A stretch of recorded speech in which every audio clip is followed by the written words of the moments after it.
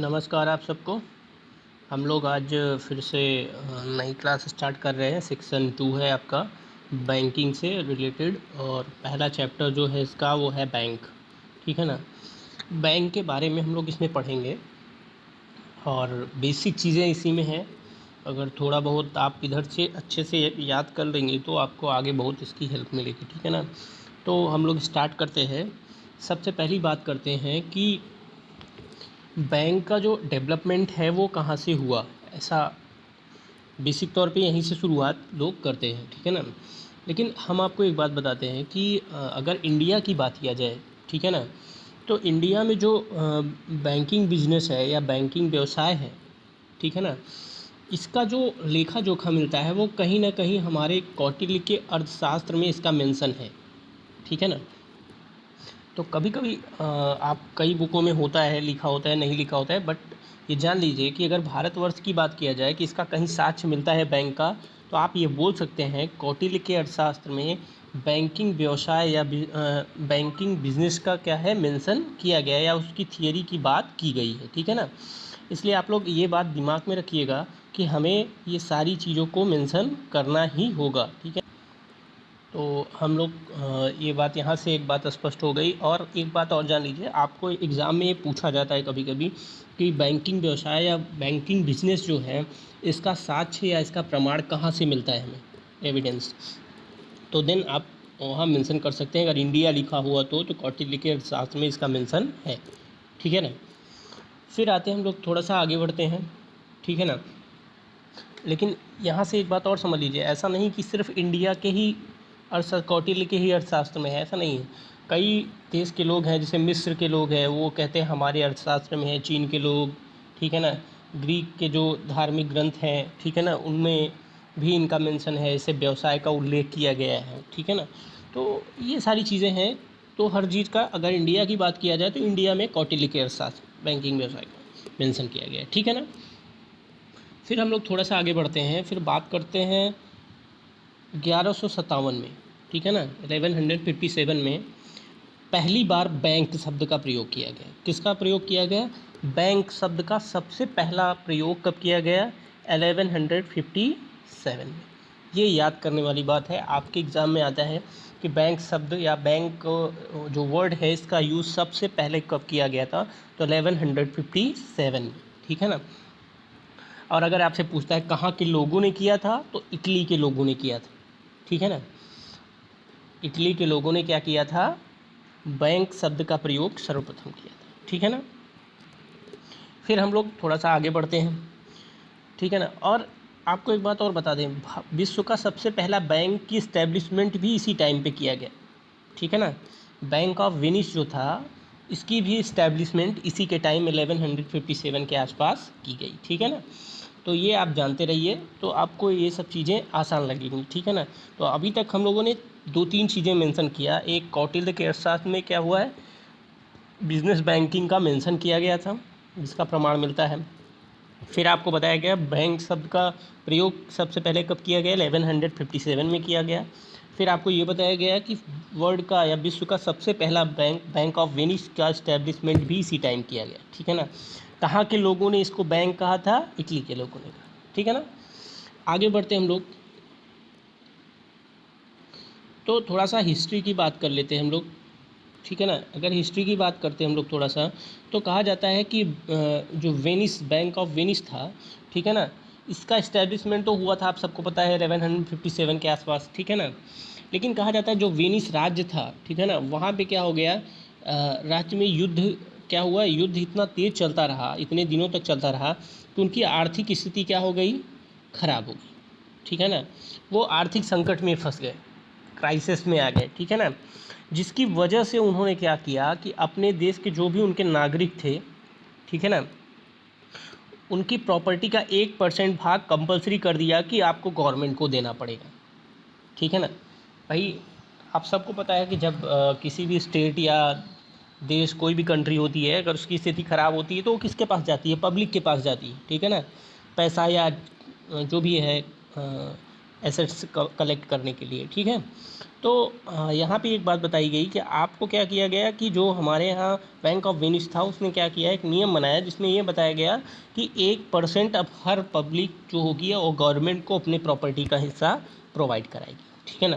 तथा एक साथ एक बात और जोड़ी गई कि अगर उससे ज़्यादा प्रॉपर्टी या धन क्या करती है, कोई भी सरकार देती है, ठीक है ना, कोई भी सरकार या कोई भी व्यक्ति देता है सरकार को, ठीक है ना, तो ऐसी कंडीशन में उसको 4% उस पर क्या होगा, इंटरेस्ट मिलेगा, ठीक है ना। जो कौन देगा, सरकार देगी कि आप क्या करो, अपना प्रॉपर्टी अभी गवर्नमेंट को दे दो, वो यूज़ करेगी, पैसा कमाएगी, और कमाएगी तो हर महीने आपको क्या करेगी, उसके बदले 4% आपको क्या करेगी, इंटरेस्ट पे करेगी, ठीक है ना।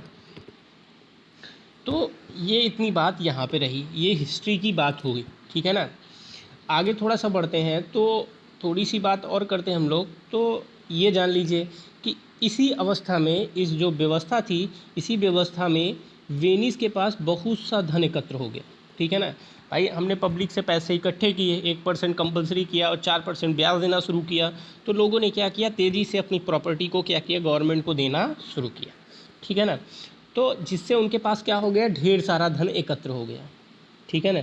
जिसे क्या किया, जिसे इटली की भाषा में क्या नाम दिया गया, मोनेटे नाम दिया गया। क्या नाम दिया गया, मोनेटे, ठीक है ना, जिसका अर्थ होता है पहाड़, ठीक है ना। आप सबको पता है पहाड़ कैसे कहा गया, वो समझने के लिए आप ऐसे समझ सकते हैं कि उनके पास वेनिस जो स्टेट था उसके पास ढेर सारी मनी जमा हो गई, ठीक है ना, वो पहाड़ जैसा दिखने लगा, उनको ढेर सारा पैसा हो गया, तो उसको उसने नाम दिया मोनेटे। मोनेटे का जो सही मीनिंग था वो क्या था, पहाड़ था, हिंदी में अगर हम करते हैं, ठीक है ना।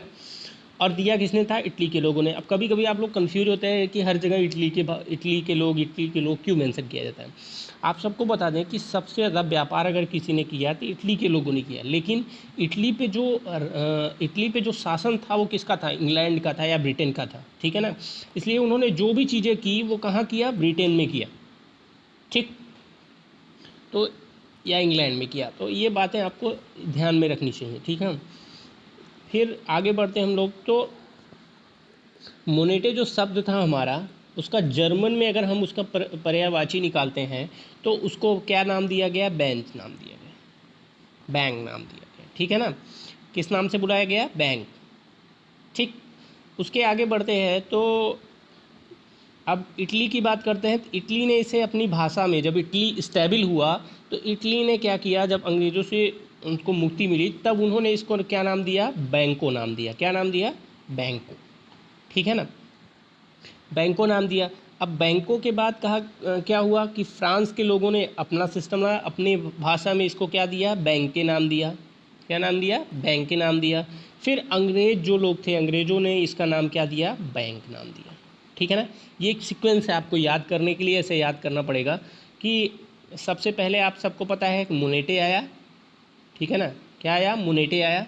किसने दिया, इटली के लोगों ने, जो इटली के व्यापारी थे उन्होंने इसको नाम दिया था।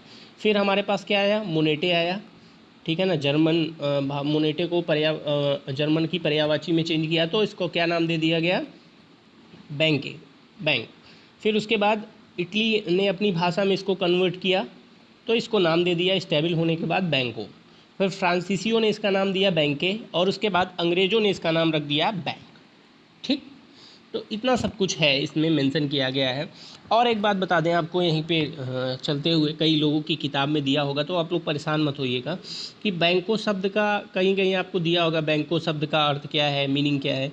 तो कहा जाता है इटली इटालियन भाषा थी उसको, उन्होंने इसको बैंको नाम दिया था, ठीक है ना। और उसका अर्थ अगर मीनिंग निकाला जाए तो उसको अर्थ होता था बेंच। ये बैंको शब्द बेंच शब्द से आया, ठीक है ना, बेंच शब्द से आया है।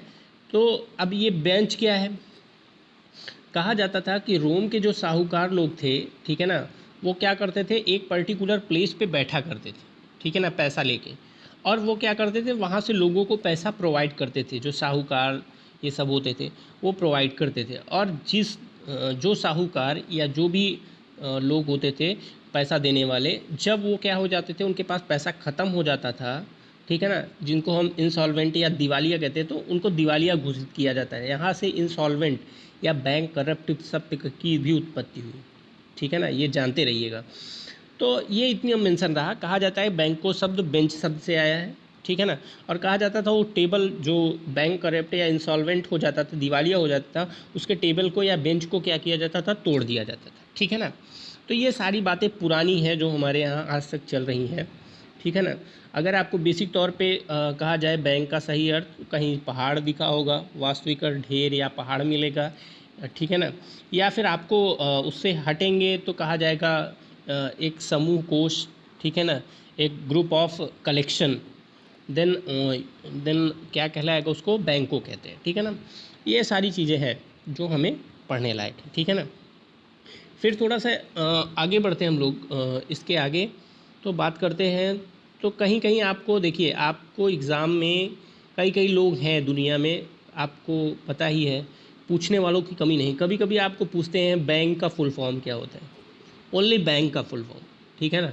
तो आप जानते रहिए, वैसे ऐसा कहीं मेंशन नहीं है, बट लोग यूज़ करते हैं, इसलिए आप जानते रहिए, क्योंकि जो भी बैंकिंग पढ़ते हैं उनके लिए ये ज़रूरी है, क्योंकि कोई भी आपको कहीं भी पुटअप कर सकता है या आपको परेशान करने के लिए ऐसा यूज़ कर सकता है, इसलिए आप थोड़ा बहुत जानते रहिए।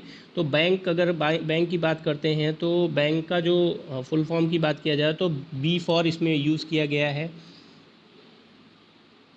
ब्रोइंग, और उसके बाद ए फॉर एक्सेप्टिंग, ठीक है ना, और एन फॉर जो है निगोशिएशन, ठीक है ना, और लास्ट में आपका आता है कीपिंग, ठीक है ना। जो आपका लास्ट है वो क्या है, कीपिंग। तो ये कुल मिला के ये इसका फुल फॉर्म होता है, जो बैंक का फुल फॉर्म अगर कभी आपसे पूछे कोई व्यक्ति, क्योंकि आप लोग जो बैंकिंग वाले हैं उनसे लोग पुटअप कर लेते हैं, आप क्या क्या सब्जेक्ट पढ़ते हो, तो देन आप लोग बताते हो, तो वहाँ पे आपको ये फंसाते हैं, ठीक है ना, कि बैंक का फुल फॉर्म बता दो। तो आप ये चीज़ें याद रखिएगा, तो आपके लिए ये आसान होगा, ठीक है ना। बाकी जिसको भी नोट करना होगा वो अपना वीडियो रोक के नोट कर लेगा, ठीक है। अब थोड़ा सा डिफिनीशन की हम लोग बात कर लेते हैं। ज़्यादा हमें डिफिनीशन पे फोकस नहीं करना है, बट ये है कि आप लोग थोड़ा सा किताब देखिएगा, आपकी किताब में जो जो डिफिनीशन हो, ये काम मैंने आपको दिया है कि आप डिफिनीशन उसमें से देखिए, जिसको जो भी डिफिनीशन में दिक्कत होती है उनका नाम मेंशन करना कमेंट बॉक्स में, तो मैं आपको क्या करूँगा, उनकी डिफिनीशन आपको बता दूंगा, क्योंकि ढेर सारी डिफिनीशन है, कितनों का डिस्कशन किया जाए, ठीक है ना। तो इसलिए आप लोग जो भी हैं जिनके पास बुक है वो थोड़ा सा उसमें देखेंगे और उसके बाद मुझे कमेंट बॉक्स में बताएंगे, तो मैं अगली क्लास में आपको क्या करूँगा, सारी चीज़ों का मेंशन कर दूँगा, ठीक है ना। फिर हम लोग थोड़ा सा कुछ बात कर लेते हैं डिफिनीशन की भी। अगर हम क्राउथर की बात करते हैं, ठीक है ना, क्राउथर ने बैंक के बारे में कहा है कि हमारे बैंक के ऑरिजिन करने वाले कौन हैं, हमारे यहाँ के गोल्डमैन, सोनार, सराफा, ठीक है ना, इनको कहा है कि क्राउथर ने कहा है कि इन लोगों ने क्या किया है, बैंक का ऑरिजिन किया है या बैंक की उत्पत्ति की है, ठीक है ना। ये उनका अपना मत है क्राउथर का। तो इसलिए आप लोग एक बात ध्यान में रखिएगा कि ये सारी चीज़ें कभी कभी आपके एग्ज़ाम में आता है कि सोनार व सराफा जो हैं, इनको आधुनिक बैंक या मॉडर्न बैंक का जन्मदाता किसने कहा है, ठीक है ना। तो क्राउथर ने कहा है, ये याद रखिएगा, ये इम्पॉर्टेंट है, ठीक है ना। तो आप लोग थोड़ा थोड़ा ऐसे ही देखते रहिए, तो आपके लिए क्या होगा, चीज़ें आसान होंगी, ठीक है ना। तो ऐसे ही डिफिनीशन ढेर सारी है आपके एग्ज़ाम के लिए, बट अब इसमें से कौन सा छोड़ा जाए, कौन सा पढ़ाया जाए आपको, तो ये चीज़ें हमें समझनी है। तो इसलिए मैंने आपको काम दिया है कि आप लोग थोड़ा सा मेहनत करिए और आप लोग डिफिनीशन देखिए, जिसको जो भी ना समझ में आए वो मुझे कमेंट करेगा, मैं उसको वहाँ पे मेंशन करूँगा, ठीक है ना। बाकी ढेर सारे बड़े बड़ी इनकी डिफिनीशन है, छोटी भी है डिफिनीशन। एक्चुअली क्या है, आपको एक बात बताता हूँ, बैंक की एक सबसे बड़ी प्रॉब्लम ये है कि बैंक में डिफिनीशन बेसिक तौर पे उसके फंक्शन पे डिपेंड कर रहा है। किस पे डिपेंड कर रहा है, उसके फंक्शन पे। लोगों ने कोई पर्टिकुलर डिफिनीशन इसकी नहीं दी है, बस ये है कि इनके जो कार्य हैं उन्हीं को डिफिनीशन में शामिल कर दिया है, ठीक है ना। तो इसलिए इनकी डिफिनीशन कहीं बहुत कम ही लोगों ने छोटी डिफिनीशन दिया है, बाकी सबका बड़ी बड़ी डिफिनीशन होगी, ठीक है ना। तो इसलिए आपको मैंने ये काम दिया है कि आप देखिएगा, जिसको जो चीज़ें ना समझ में आए वो हमसे क्या करेगा, कमेंट बॉक्स में मिलेगा, ठीक है ना। अब अगली क्लास में हम लोग थोड़ा सा पढ़ेंगे आगे। आज हमने सिर्फ आपको बेसिक बताया है, आप इतना याद कर लेंगे तो आगे आपको बातें सब क्लियर होंगी, ठीक है ना। चलिए आज की क्लास ब्रेक करते हैं और कल से अब रेगुलर हम लोग आपसे मिलेंगे, ठीक है ना, और क्लास चलेगी और सुनने में आया है कि आपका एंट्रेंस का पेपर भी आ गया है, 26 के आसपास है।